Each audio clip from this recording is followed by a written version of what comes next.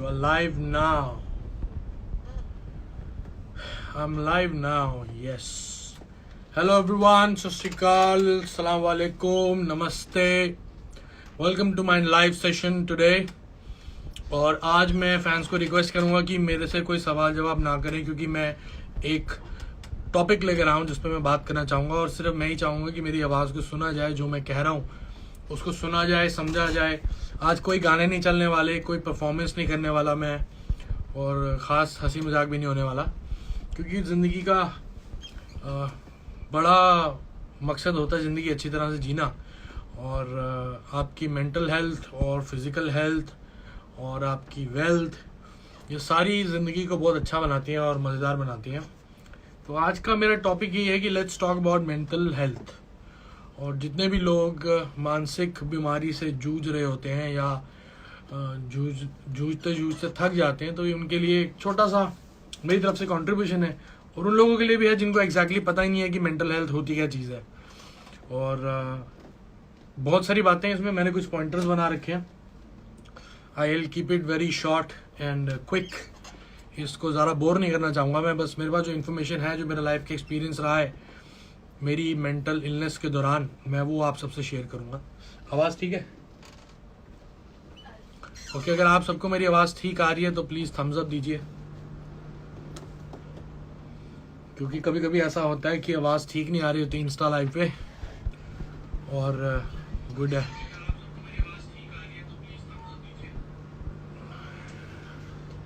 क्योंकि ये जो आज का लाइव सेशन है, आपकी आवाज़ आ रही है सर. स्पीकर लगाओ ना.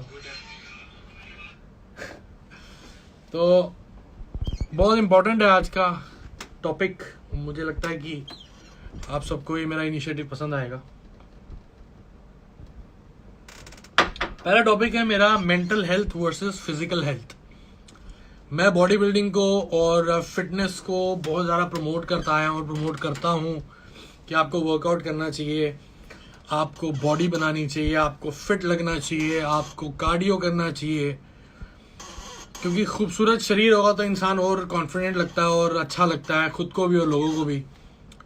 तो जितना हम ध्यान देते हैं फिजिकल हेल्थ का, उतना ध्यान हमें मेंटल हेल्थ का रखना बहुत ज़रूरी है. जब तक मुझे ये दिक्कत नहीं हुई थी, मुझे लगता नहीं था इस चीज़ का कोई महत्व है लाइफ के अंदर कि यार मेंटल हेल्थ क्या होती है, ये क्या होता है. सब कुछ फिजिकल हेल्थ है. अगर आपको खांसी जुकाम है तो आपकी गति रुक जाती है लाइफ के अंदर, और आप एक हफ्ता 2 हफ्ते में, 4-5 दिन में आप ठीक हो जाते हैं, फिर आप फिर से काम पे लग जाते हैं. तो जो मेंटल हेल्थ है वो बंदे को बहुत टाइम तक और बहुत ज़्यादा शैटर कर सकती है और हिला सकती है. इसके थॉट मेरा यही है कि जितना हम टाइम अपने शरीर को देते हैं, जितना हम टाइम बॉडी बिल्डिंग को देते हैं, जितना हम टाइम अच्छा दिखने को देते हैं, उतना हमें अच्छा सोचने के लिए भी अपना वक्त गुजारना चाहिए कि हमारा मेंटल हेल्थ फिट होनी चाहिए. इसके बहुत सारे तरीके हैं जो आगे जाके डिस्कस करेंगे हम.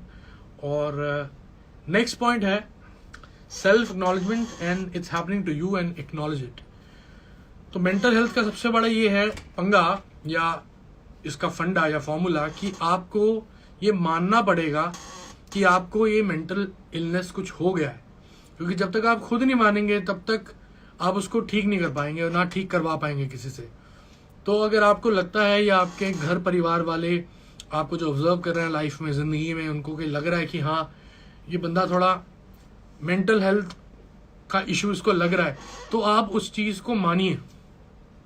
आप उस चीज़ को एक्नॉलेज कीजिए कि हाँ यार, अगर सब लोग ऐसा कह रहे हैं तो शायद मेरा कहीं ना कहीं मेंटल फिटनेस ठीक नहीं है.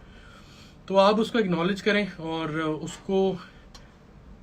उसको ठीक करने के लिए पूरी जल्दोजहद करें और ठीक करें उस चीज़ को. ठीक करने के भी बहुत सारे तरीके हैं. आज इस लाइव सेशन में मैं सिर्फ छोटी छोटी बातें ही कवर करना चाहूँगा, इजी बातें. तो मैं कोई डॉक्टर नहीं हूँ, मैं कोई बहुत बड़ा ज्ञानी स्कॉलर नहीं हूँ जो आपको बता पाऊँ कि क्या करना चाहिए क्या नहीं. मैं कुछ थोड़ा अपनी चीज़ें वो शेयर कर रहा हूँ कि मेरे को जब ये मेंटल इलनेस हुई तो मैंने उसको मान लिया कि हाँ यार ये हो गई, और मानने के भी कई महीनों बाद मैं ठीक हो पाया, कई सालों बाद. तो अगर आप मानेंगे नहीं कि आपको यार नहीं यार मेरे को कुछ नहीं है यार, मैं ठीक हूँ, मैं काम कर रहा हूँ यार, मैं बॉडी बना रहा हूँ, सब कुछ कर रहा हूँ यार, पैसा कमा रहा हूँ, मेरे को कहाँ मेंटल इलनेस। लेकिन जो आपके घर परिवार के, जो आपके क्लोज दोस्त होते हैं, जो परिवार के लोग होते हैं, उनको आपके बिहेवियर से पता लग जाता है कि ये बच्चा ठीक नहीं है, ये बंदा अभी इस टाइम कुछ ना कुछ प्रॉब्लम से, मेंटल प्रॉब्लम से गुजर रहा है। तो yes, and the third topic is awareness on mental health. We need to talk more openly and the role of family. तो अवेयरनेस मैं यही बताना चाहूँगा कि इस चीज़ से छुपे मत। यार मुझे ना यार ये अजीब अजीब से थॉट आ रहे हैं यार, मुझसे ना काम नहीं हो रहा, मैं खुश नहीं रह पा रहा, मैं बहुत स्ट्रेस में हूँ यार। ये आप अपने आप से जब तक बात करते रहेंगे ना, कुछ नहीं हो पाएगा। आपको ये बात सबसे करनी पड़ेगी, आपको ये अवेयरनेस और लेनी पड़ेगी कि ये होता क्या है और ये ठीक कैसे हुआ। तो we need to talk more about it, और आपको भी ये बहुत बात करनी पड़ेगी। सबसे बड़ी चीज़ एक और मैं मेंशन करना चाहूँगा कि हाँ, वो नेक्स्ट पॉइंट में चलो। तो जो इस पॉइंट में ये बहुत अच्छी बात है कि रोल ऑफ फैमिली। आप अगर मेंटल इलनेस से गुजर रहे हैं, अगर आप भले किसी बड़े शहर में रहते हैं, फैमिली आपके दूसरे शहर में है, रिश्तेदार आपके दूसरे शहर में है, दोस्त यार आपसे दूर हैं, उनसे और दूर मत होइए। ये मत सोचिए कि आप बीमार हैं तो मैं उनके सामने ना जाऊं, मैं इसको ना मिलूं, मैं उसको ना मिलूं, मैं फैमिली पर ना जाऊं। फैमिली का रोल सबसे ज़्यादा इंपॉर्टेंट होता है। आप अपनी फैमिली के पास रहिए जितना हो सकता है, अपने दोस्तों के पास रहिए जो आपके क्लोज हों। तो आप कहीं पे भी हैं तो फैमिली साथ में होनी बहुत ज़रूरी है। एक फैमिली रहेगी आपकी जो आपको उस चीज़ से निकलने में मदद कर पाएगी जो मेरे साथ हुआ। तो फैमिली से दूर नहीं रहना, और फैमिली का बहुत बड़ा रोल है, वो आपको अच्छी मेडिकेशन की तरफ लेके जाएंगी, आपको रिलैक्स करेंगी। मेरी ये सोच है कि हमने बात की एक्नॉलेजमेंट की और फिर हमने बात की फैमिली की।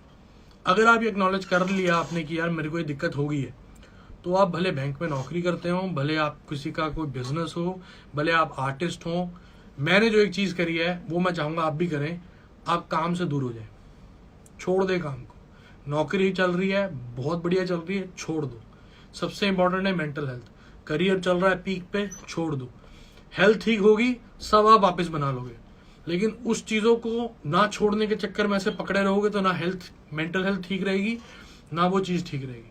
अपने अंदर कॉन्फिडेंस बहुत जरूरी है। मेरे peak time of the career के अंदर मुझे दिक्कत हुई, मैं चाहता तो मैं इस चीज़ को एक्सेप्ट ही नहीं करता कि यार मेरे को कुछ दिक्कत आई, मैं फिर भी काम करता रहता और काम करता रहता, तो मैं और इस दलदल में चले जाता, इस मेंटल इलनेस में और चले जाता। मैंने कट ऑफ किया, मेरी फैमिली का ये रोल था, मेरी फैमिली ने भी ये डिसाइड किया कि नहीं अभी ये ठीक नहीं है, अभी ये कहीं नहीं जाएगा, कहीं बाहर नहीं निकलेगा। मेरा खुद का भी ये था कि कहीं बाहर नहीं निकलेगा। मीडिया कुछ बोल रही है, मीडिया कह रही रिहैब में चला गया, मीडिया कह रही ड्रग्स लेता था। जो आपके बारे में इंसान जो भी कह रहा है, आप उससे दूर हो जाएं और काम को छोड़ दें। मैं आपको बता रहा हूँ, जरूरी नहीं होता हाँ हर बंदे की लाइफ के अंदर पैसा बहुत इंपॉर्टेंट है, और जरूरी नहीं होता कि हर इंसान के पास इतना पैसा हो कि वो 6 महीने, साल, 1 साल, 2 साल काम से दूर हो पाए। लेकिन ये बहुत जरूरी है। छोड़ दो काम को। मन है तो धन है। अगर हेल्थ ठीक रहेगी तो ही पैसा आएगा, और तो ही पैसे आने का फायदा है। आप करोड़ों रुपए कमा लो और आपकी मेंटल हेल्थ ठीक नहीं है, क्या पड़ेगा? वो कचरा रहेगा। वो पैसा नहीं है, वो कचरा है। वो दौलत नहीं है, वो शोहरत नहीं है, वो कचरा है। अगर आप उसको एंजॉय नहीं कर पाएंगे, आप ठीक ही नहीं होंगे इतने मेंटली, तो आप उसको अगर एंजॉय नहीं कर पाएंगे तो उस पैसे का, उस रुतबे का, उस स्टारडम का क्या फायदा? कोई फायदा नहीं। तो मैंने पीक करियर अपना छोड़ा। तकरीबन मुझे 2.5 साल लगे ठीक होने में। 2.5 साल में मैं बिल्कुल भी अपने घर से बाहर नहीं निकला, क्योंकि मैं ये कमज़ोर छवि, बीमार छवि किसी के सामने ले जाना नहीं चाहता था। और इसका ये भी रीज़न था कि मैं दुनिया से कटना चाह रहा था, मैं अपने आप को ठीक करना चाह रहा था। जैसे क्रिकेटर है, सचिन तेंदुलकर साहब हैं, धोनी जी हैं, विराट हैं, कोई भी है, अगर क्रिकेटर है, अगर उनको बाई चांस कोई फिजिकल इंजरी आती है, वो फिर भी मैच थोड़ा ना खेलते हैं, वो मैच छोड़ देते हैं, वो रेस्ट लेते हैं, अपनी इंजरी को हील करते हैं। सेम है मेंटल इलनेस। मत खेलो, मत काम करो, मत जाओ दफ्तर, लोग आपको जज करेंगे, मजाक बनाएंगे। मत करो, छोड़ दो। कोई रिहैब जाने की जरूरत नहीं है। आपका खुद, your self is your rehab. Family में रहिए, अपनी ट्रीटमेंट करवाइए, मेडिकेशन पे रहिए, काउंसलिंग पे रहिए। चौथा पॉइंट है importance of good lifestyle in recovery along with medication and counselling. Good lifestyle का मतलब ये है कि सही वक्त पे सोना, सही वक्त पे खाना और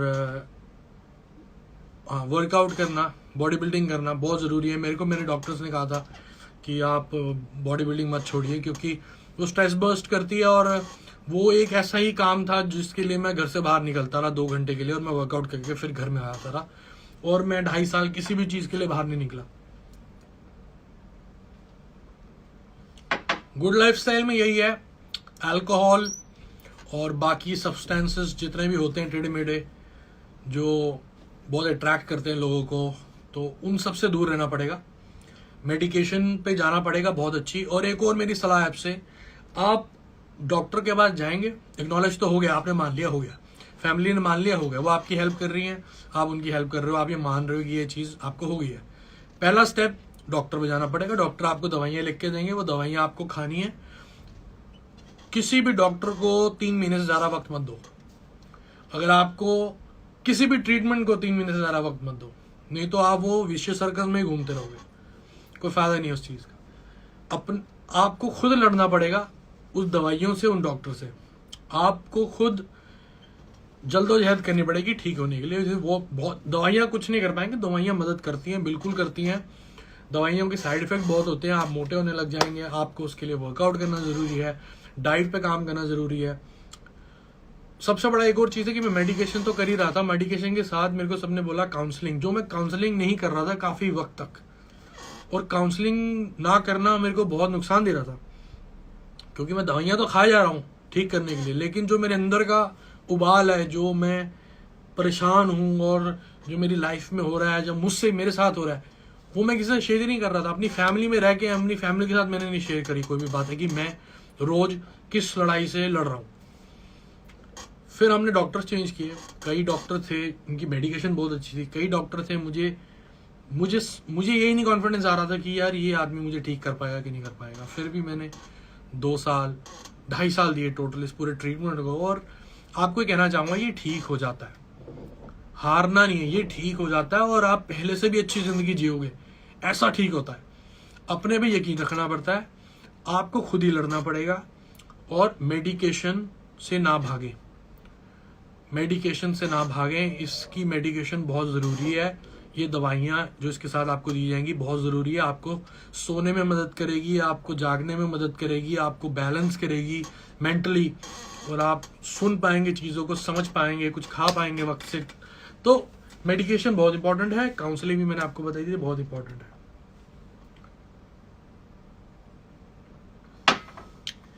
हमारी सोसाइटी इस चीज़ को मानती नहीं है कि मेंटल इलनेस कुछ है।